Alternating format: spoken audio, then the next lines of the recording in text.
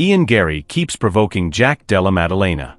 He posted this video on his Instagram with the caption, "JDM action figures on sale now."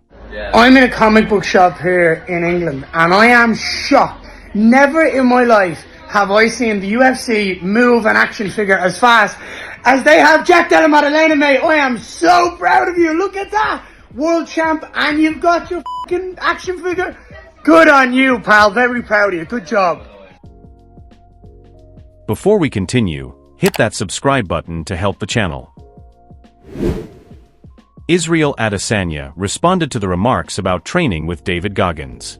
Fans told him that training with Goggins is pointless because Tony Ferguson trained the same way before his fight with Paddy Pimblett, and then he lost. I got what I came for. And the thing is, people are so stupid.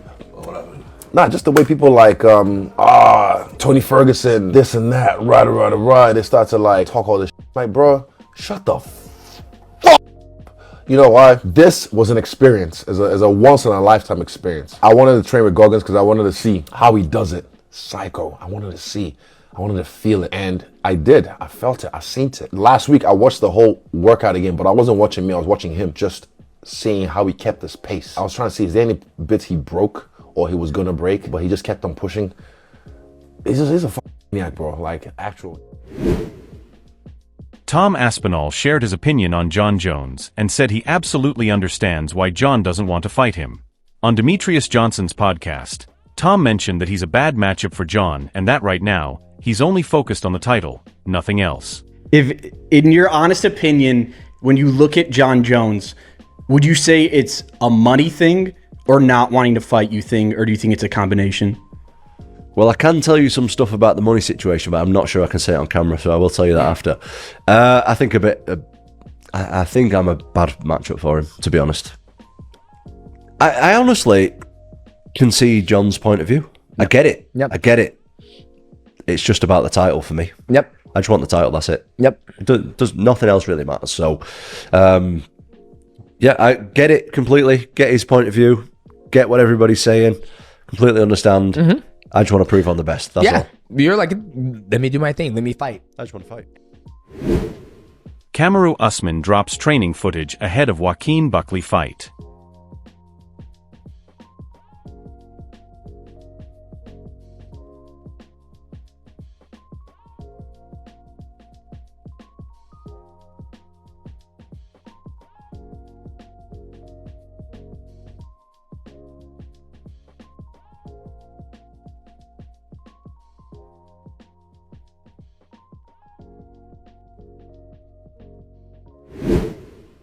Daniel Cormier analyzes the upcoming clash between Islam Makhachev and Della Maddalena, as the Russian champ moves up to welterweight to take on the Australian fighter. I think Islam and Della Maddalena is a great fight. Della Maddalena surprised me in this fight with Belal Muhammad. Like, he just showed that he's much better than people gave him credit for.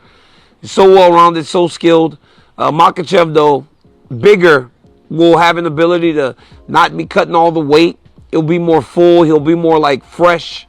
I'm interested. I think that it'll come down to the wrestling of Islam versus Jack's takedown defense and how stingy is he going to be able to be with Islam. Because when Islam can take guys down early, they really struggle.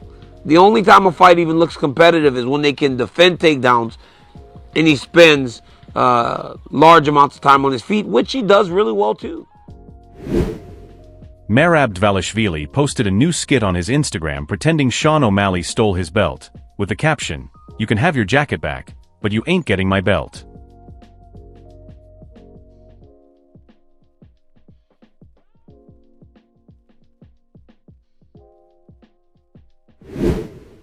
Khabib Nurmagomedov isn't a fan of Islam's risky mountain bike rides. Islam Makhachev posted this video.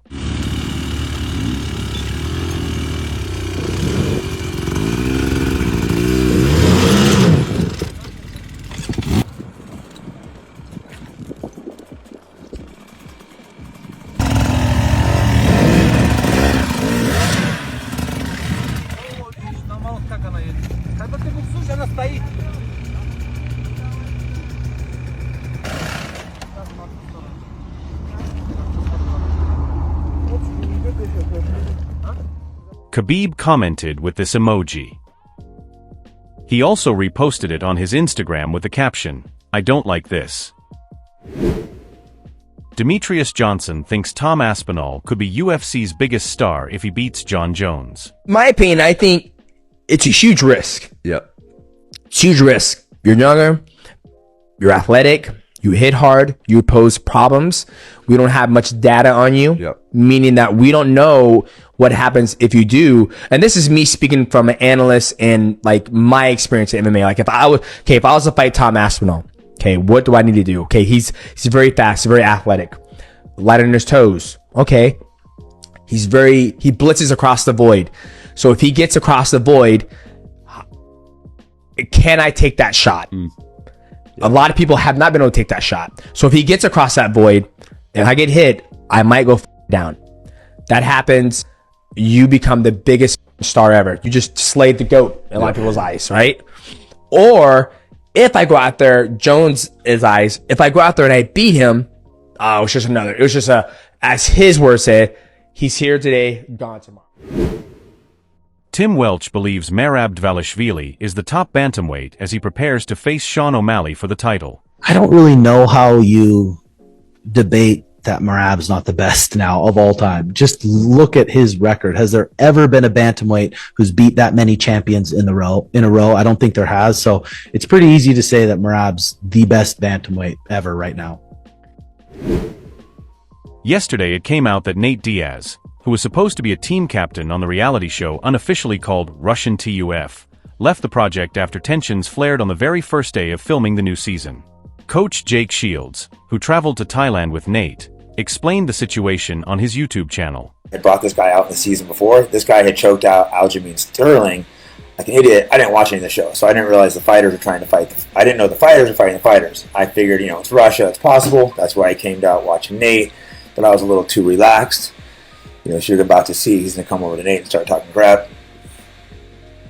Yeah, now he's talking to the boss. Now right here he comes to Nate, and he starts saying like, "Oh, I'm a gangster." See, kind of flashing at Nate a little bit. You see Nate flashing back, and they're running his mouth. But I wasn't paying attention like I should have been. My fault. But luckily, our guy Jose right there, he's watching. You can see him seeing the situation, and Nate just went and slapped him. So as you see, Jose comes up. Now the guy just started trying to spaz out, acting crazy as people circle him. Like I didn't know this guy was known for fighting, but bam, our guy just popped him in the head right there. Boom! See, smacked back. Now he hypes up, trying to pretend like he's going to hit everyone. Like I said, had I been smart and watched the show, I'd realize this guy's constantly being in fights. There's videos of him constantly coming up and choking people from behind. You walk back, you see no one's escorting him out. There's probably about 100 Chechens and Dagestanis there. You can't see them all in the room because this mansion is insane. This is just one room and one of three stores. Plus there's guys all outside. So clearly they could walk this guy out, but they're not really making any effort. So here's the guy walking back in the house for like the third or fourth time after like 30 Chechens drag him out. They're pretending they can't security him. So here's like our media guy and health manager. He just choked him and threw him on the ground. So clearly he's mad. He got dropped by a media guy. So here he's coming at him. Again, this guy's not a fighter at all. He's throwing at him. He goes to lat drop him, but he trips. So like I said, this is like the third or fourth fight at this point. We're supposed to be doing a reality show, not fighting random people. Jon Jones, who's currently serving as a team captain on the Russian spin-off of the TUF reality show in Thailand, also spoke out about the incident. Yeah, we had one of our young fighters, a guy named Zadik. He was playing with Nate. He wanted to fight with Nate. And Nate kind of came in a little bit on edge. I think he had some previous beef with some Russian fighters, so he was a little bit on edge when he got here. Fighting with Nate was not the best idea. It became serious right away, and we had to replace Nate. I've been around the Bushido spirit for a long time, that martial arts spirit where everybody have a certain degree of kind of like certain rules you don't cross, like a martial arts spirit and everything. And I don't think there's a lot of that here. Some guys are like warriors, and some guys are really just kind of street fighters, and there's insults, there's weapons. This show is like, there's nothing like it. There's really nothing like it. That's it for today's update. Before the cameras even got rolling, Nate had already walked out, and the massive brawls left everyone stunned. Jake Shields gave his side of the story, and even Jon Jones spoke up. Is this the end of Russian TUF before it even begins? Drop your thoughts in the comments.